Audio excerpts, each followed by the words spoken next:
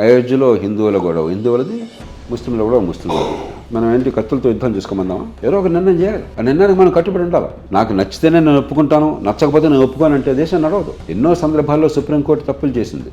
ఆ కోర్టే మళ్ళీ తర్వాత గతంలో తప్పు చేశాము, దాన్ని మార్చుకుంటున్నాం అని చెప్పారు. ప్రపంచం అంతా జరుగుతుంది. సుప్రీంకోర్టు ఉదాహరణకి న్యాయమూర్తులను తామే నియమించుకుంటూ ఓ ఆదేశం ఇచ్చింది. నేను దాన్ని వ్యతిరేకించాను, బహిరంగ వ్యతిరేకించాను. ఆ ఆదేశం ఇచ్చిన న్యాయమూర్తితోనూ ఆనాటి ప్రధాన న్యాయమూర్తి నేను కమిటీ ఏర్పాటు చేసి ప్రత్యామ్నాయం కోసం ప్రయత్నం చేశాను. దాని ప్రకారమే జాతీయ జ్యుడిషియల్ కమిషన్ వచ్చింది. మళ్ళీ సుప్రీంకోర్టు దాన్ని కొట్టేసింది. ఆ తీర్పు తప్పు. నేను బహిరంగ చెప్తున్నాను. తప్పైనా కూడా ఈ వేళకి సరిసా ఇప్పుడు తప్పని నేను తుపాకీతో యుద్ధం చేయనా?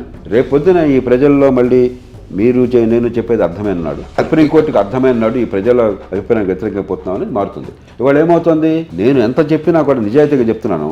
నేను ఎంత చెప్పినా కూడా ఏమయ్యా, ఎన్నికైన ప్రభుత్వం, ఎన్నికైన పార్లమెంటును దాటి వాళ్ళు చేయడానికి వీల్లేదు. ప్రజాస్వామ్య సమాజంలో ప్రతి సంస్థ కూడా ప్రజలకు ప్రత్యక్షంగా పరోక్షంగా జవాబుదారీగా ఉండాలని నా వాదన. కానీ ఈ దేశంలో ప్రజలు అట్లా అనుకోవట్లేదు. ప్రజలకు రాజకీయం మీద ఉన్న విముఖత వల్ల సుప్రీంకోర్టు మంచిది, వాళ్ళు చెప్పింది వినొచ్చు, వీళ్ళు దొంగలు అనుకుంటున్నారు. అది వాస్తవం కాదు, కానీ అనుకుంటున్నారు.